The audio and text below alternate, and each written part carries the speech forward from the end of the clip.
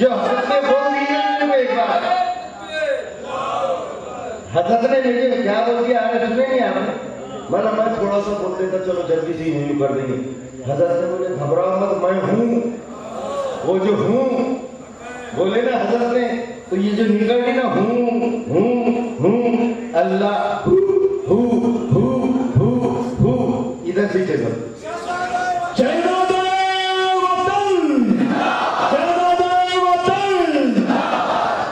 फिर एक नजर की बात है, मेरी जिंदगी का सवाल है।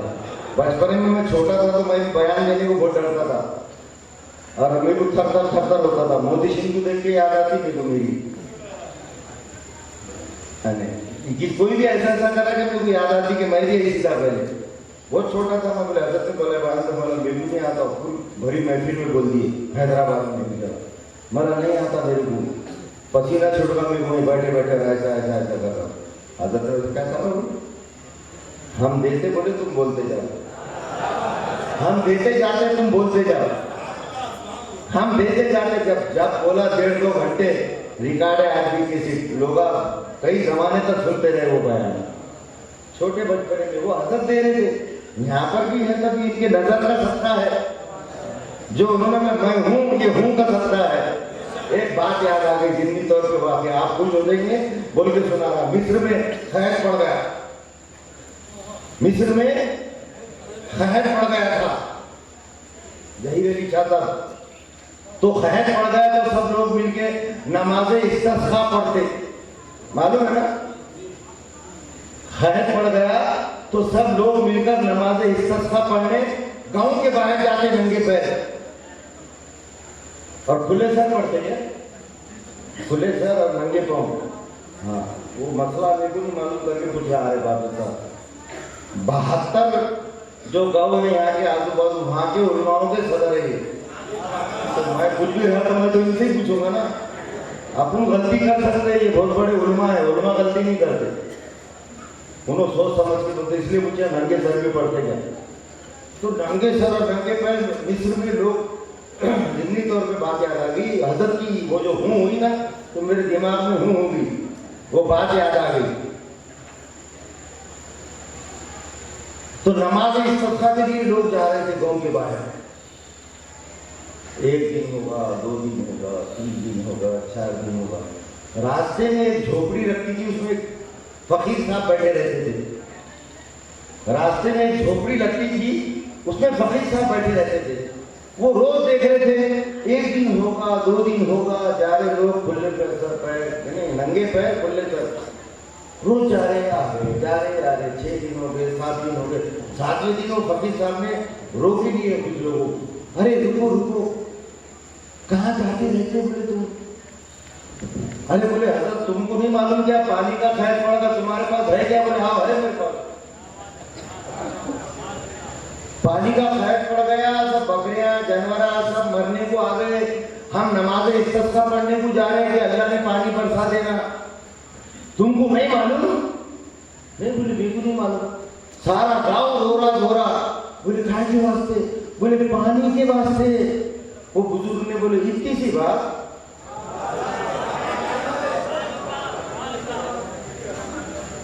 वो बुजुर्ग ने बोले इतनी सी बात? इतनी सी बात बोले हजरत? अरे बोले इतनी सी बात? बोले अगर मैं तुमको पानी दिला दूं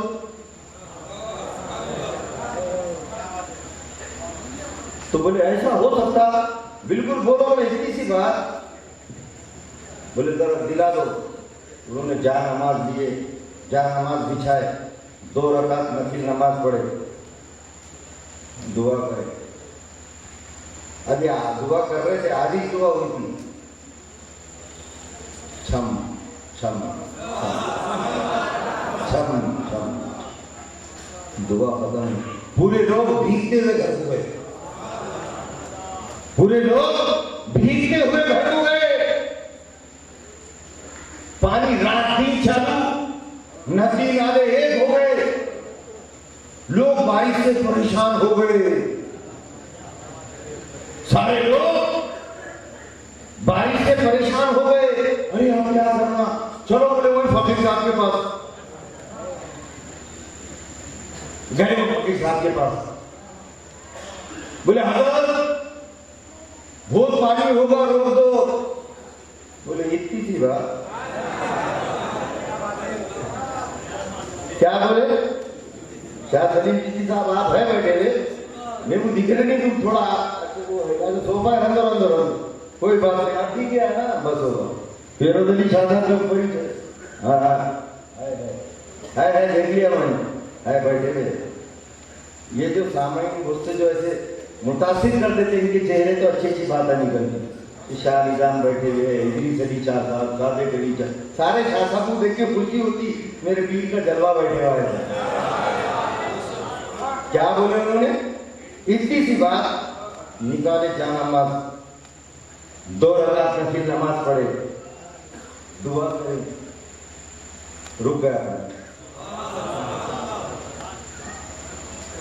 अब वो लोग सब परेशान हो गए कि बोले इन्होंने इतनी सी बात बोल के बता दीजिए और इतनी सी बात बोल के रुका दीजिए, आखिर माजरा क्या है, आखिर बात क्या है? आने वाला तो बहरहाल चला आता है, जाने वाला नहीं आता, ये माजरा क्या है? ये चले भी जा रहा, आ भी जा रहा। कुछ गांव के लोग मिलके उनके पास आए, बोले हजरत, हाँ बोलो बोलो, क्या करती थी दुआ तुम? बोले तुमने 2 रकात नफिल पढ़े, वो दुआ करे तो कितना पानी आ गया, फिर पानी रोकने का था। सरकार की आमद, दिलदार की आमद, अबरार की आमद, मक्के में आमद, मदनी की आमद, जरा झूम के बोलो, लब झूम के बोलो, सरकार की आमद, दिलदार की आमद, सुभान अल्लाह सुभान। आखिर क्या दुआ करते? बोले हजरत आप पानी बरसा भी दिए, पानी रोक भी दिए। उन्होंने बोले देखो बेटा, मैं एक छोटा सा दुकानदार था, मेरी किराना दुकान थी, मैं एक छोटा सा दुकानदार था, मेरी किराने की दुकान थी। मैं बैठा था अपनी दुकान में, तो एक बुजुर्ग जा रहे थे, मेरी गली से एक बुजुर्ग जा रहे थे, सब लोग उनके हाथ चूम रहे थे, कोई हाथ चूम रहे, कोई कदम बोसी कर रहे, हाथ चूम रहे। मैं देखा, दूर तक जाते हुए बुजुर्ग को देखा और मेरे दिल में ख्याल आया, जरूर कोई ये अल्लाह वाले हैं। वो दूर तक गए, वो गली के नुक्कड़ तक, कोने तक मैंने देखा और मेरे दिल में ख्याल आया, जरूर ये कोई बहुत बड़े अल्लाह वाले हैं। बोले जब मेरे दिल में ख्याल आया, इन्होंने वहां से मेरे को पलट कर देखे,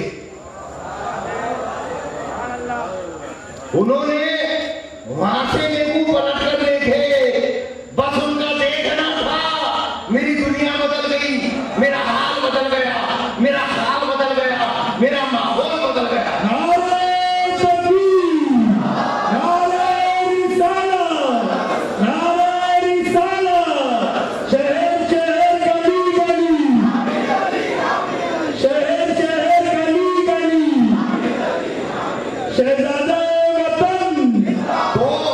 वो तो देखे थे, मगर तू दुआ में क्या मांगता?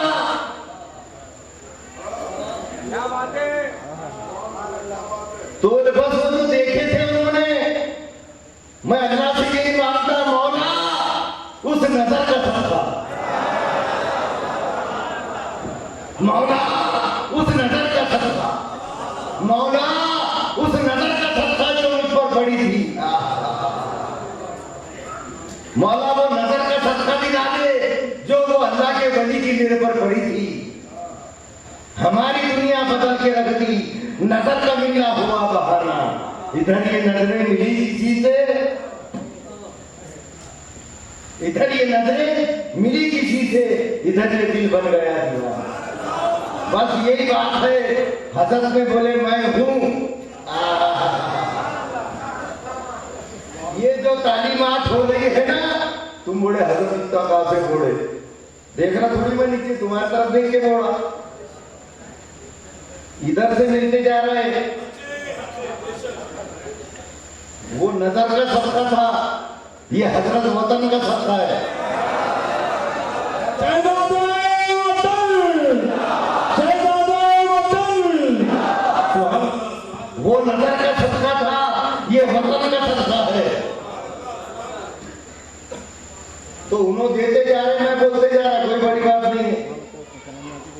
याद आ गई वो वाकया पूरा आ रहा, तो इसलिए मैंने बोल दिया। माशाअल्लाह एक हदीस से पाक याद है, हुजूर की सरकार की मोहब्बत में एक साहबी रसूल थे। उन्होंने सरकार को देखा कि सरकार कहीं दूर हाजत के लिए जा रहे हैं, दूर ऐसे जंगल में सरकार हाजत के लिए चले गए। फिर सरकार हाजत से आ गए तो जो सहाबी थे उन्होंने पीछे जाकर देखा कि सरकार कहाँ गए थे हाजत। तो वहां जाकर देखा तो कुछ भी नजर नहीं आया होता। जहां हाजत करे थे, जहां तहारत करे थे सरकार ने, वहां पर वो सहाबी को कुछ भी नजर नहीं आया। इधर उधर देखा तो 3 ढेले पड़े हुए थे मिट्टी के, 3 मिट्टी के ढेले पड़े हुए थे जिनको सरकार ने तहारत का शर्फ बख्शा था। 3 मिट्टी के ढेले थे जिनको सरकार ने तहारत का शर्फ बख्शा था। क्या जबरदस्त जुमला है। वो ढेलों को सरकार ने तहारत का शर्फ बख्शा था।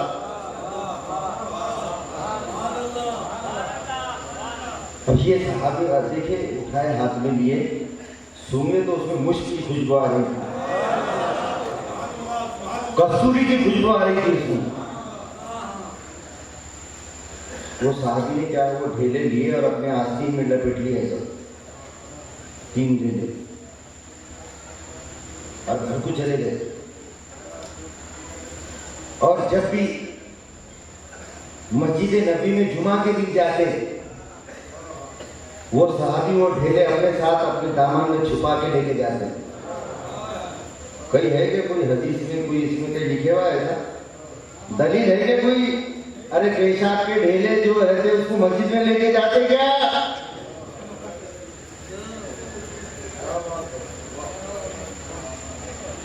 इसमें मोहब्बत है, इसकी कोई दलील नहीं है, बेदलील है, सब सरकार का है। ये तो बताने को है, जमीन पे आके लिबासे बशर में आफाने, अभी बच्चे को देख के बोलता कभी में, जमीन पे आके लिबासे बशर में आफाने अकेले दोनों जहां को संभाल रखा है। अभी सब सरकार गई तो है। कुरान में लिखा है वाक़िमुस सलात व आतुज़ ज़कात, सलात कायम करो। सलात क्या है? क्या है सलात? क्या है? साहबा को मालूम था सलात क्या है? साहबा को हज़रत सलात क्या है, कैसा करनी चाहिए? तो दुआ करना पड़ती है। बोले नहीं ऐसा नहीं है। सरकार ने बोले मैं जैसा करता वैसा करो, यानी महबूब की महबूब अदाओं का नाम, मैं जैसा करता वैसा करो तो नमाज हो गई। अच्छा कुरान में लिखे हुआ है कि 13 रकात, ये रकात, मगरिब की 3 ऐसा लिखे हुआ है, ईशा की 17 है क्या? नहीं है। फिर कौन बोला?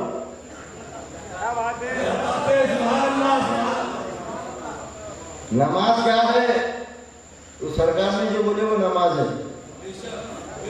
मंशा इलाही पूरा करने के लिए हमको जरूरी है इत्तिबाए रसूल। कुल इन कुंतुम तुहिब्बुनल्लाह फत्तबिऊनी युहिब्बुकुमुल्लाह। अगर मेरी रजा चाहते हो तो मेरे महबूब की इत्तिबा करो, और मेरे महबूब की इत्तिबा ही दीन है। हज करने का है, हाँ हज करने का है,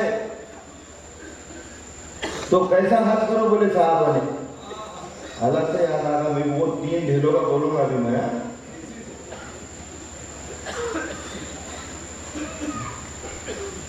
हज कैसा करना?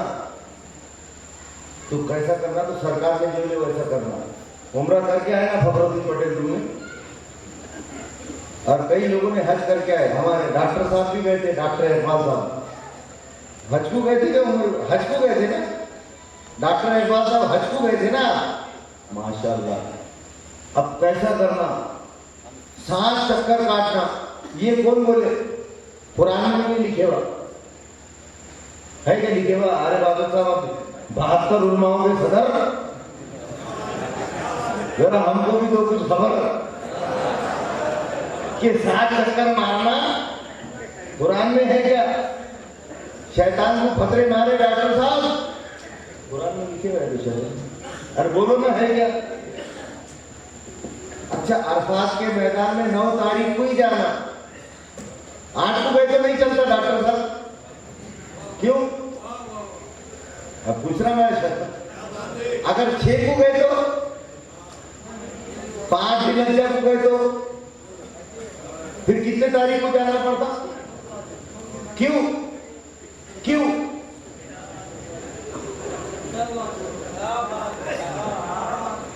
नहीं, 10 को जाइए हम, हाँ हो ना, फिर कितने तारीख को जाना? 9 को ही, क्यों? अरे फिर ये रोजा क्या है और हज क्या है?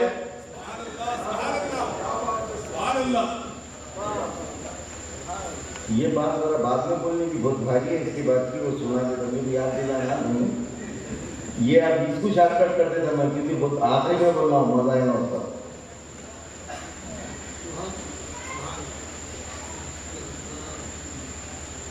याद दिलाएंगे ना बहुत, तो वो जो 3 ढेले थे वो याद दिलाना मगर अपने आस्तीन में दबा के जुमे की नमाज को, मदीना की जो जामा मस्जिद है वहां पर जाते थे वो जुमे के दिन देख जाके, सारे सहाबा एक से एक इतर लगा के आते थे। जुमा के दिन सारे सहाबा एक से एक इतर लगा कर आते थे, मगर जब ये सहाबी मस्जिद में इंटर होते थे तो सारे इतरों की खुशबू फीकी पड़ जाती थी,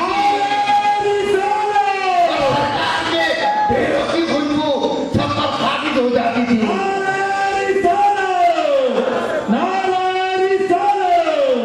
सरकार की आमद, दिलदार की आमद, सुभान अल्लाह, सुभान अल्लाह।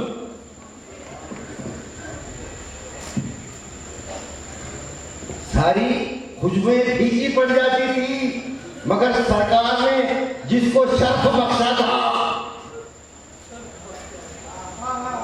सरकार ने जिसको शर्फ बख्शा था, उसकी कस्तूरी की महक, वो मुस्की की महक सारे मस्जिद में छा जाती थी। सहाबा इधर उधर देखते थे, ये खुशबू कहां से आ रही, कहां से आ रही। जब हरम के नाक में भी मुश्क पैदा होता है, वो इधर उधर ढूंढते हुए फिरती है, हालांकि वो मुश्क तो उसके नाक में होता है। वैसी सरकार भी मुश्क थे, सहाबा के बीच में थे।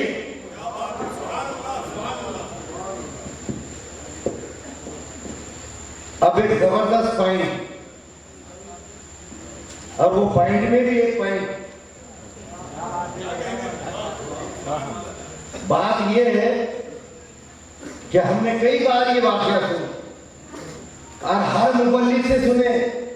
जरा गौर कर बात है, शाह तस्लीम आरिफ साहब और जितने आशिकाने रसूल है, तुम बोलेंगे अपने दामाद का ही नाम ले रहे, तुम सबका मोती सिंह, शफीक, ये दोनों, मेरी बेटी बोलेंगे मेरे, और दूसरी बोलेगा मालूम। इसलिए जितने आशिकाने रसूल है जरा गौर से सुनिए। तमाम आशिकाने रसूल को एक बात, ये मेरा इश्क का जुनून है, ये मेरे दिमाग की उपज है, ये किसी मुबल्लिग की बात नहीं है, एक आशिक रसूल का इश्क है। मैं कोई दलील नहीं दूंगा, मेरे से दलील नहीं मांगना, ये मेरा वजदान है, ये मेरा इश्क है, ये मेरा पागलपन है, ये मेरा दीवानापन समझ के सुन लो कि एक दीवाना बोल रहा। डॉक्टर साहब, फेरोज साहब, हमने कई बार सुनी, अलम तरा कैफ फ़अल रब्बुका बिअस्हाबिल फील, कई बार सुने ना। ये आयत जो नाज़िल हुई, ये वाक़या जब वक़ूअ पज़ीर हुआ, हुजूर जब पैदा नहीं हुए थे, सबको मालूम है, जिसके बैठे हुए मालूम है ना, हुजूर की विलादत के 55 दिन पहले कुछ रिवायत में आता है 40 दिन पहले, कुछ रिवायत में आता है 50 दिन पहले, और हम समझ के चलते हैं 55 दिन पहले। सारी रिवायतें बोलते हैं तो एक आधा बैठे रहता, 55 बोलती है, इतने बड़े लोग बैठे थे, 50 दिन तो थे। वो क्या बोल रहे ये नहीं देखता हो,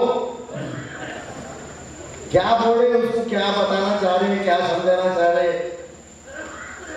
वो खीरा था क्या, ककड़ी थी क्या, तरबूज काटे थे तो लुकमान हकीम ने क्या खाने को दिया, बोले तरबूज नहीं ककड़ी थी, ककड़ी। अच्छे हो ना, ऐसे लोगों से बहस नहीं करना, अपने जा अपने करने लगनी। सरकार के पैदाइश की 55 दिन पहले जब वाकया हुआ, वो अब्राहा नाम का जो बादशाह था, वो जब काबे को ढाने के लिए आ गया, थोड़ा सा पानी पिला दे, बुलाना नहीं चाहता। सरकार की आमद, दिलदार की आमद। आप लोग सब बोलेंगे तो मजा आएगा, अच्छा लगेगा। अदब भी बड़ा है, बहुत बेहतरीन बयान चालू है, शौक बढ़ेगा और भी अच्छी अच्छी बातें हमको सुनने को मिलेगी। तो सरकार की आमद, दिलदार की आमद, दिलदार की आमद। सुभान अल्लाह, सुभान अल्लाह। जब अब्राहा बादशाह हुजूर के पैदाइश से 55 दिन पहले काबे को ढाने के लिए आ गया, आपके दादा अब्दुल मुत्तलिब, आपके सारे ऊंट उसने सब छीन लिया। आप जब गए उसके पास अपने ऊंट मांगने के लिए, तो उसने कहा, अब्राहा ने, क्या तुमको मालूम नहीं मैं यहां क्यों आया हूं? तुम्हारा किबला, तुम्हारा काबा तबाह और बर्बाद करने को आया हूं, तुम्हारे अल्लाह का घर बर्बाद करने को आया हूं। हजरत अब्दुल मुत्तलिब ने कहा, मुझे उससे क्या लेना देना है, मैं तो ये ऊंटों का मालिक हूं, मैं मेरे ऊंट लेने आया हूं। मैं जानूं, मेरा ऊंट जाने, वो अल्लाह का घर है, अल्लाह जाने वो जाने। यही बात है ना, मालूम है ना सबको, मालूम है ना सबको। जरा बोलो जी, देखो हजरत ने हाथ उठा के बोलो। मालूम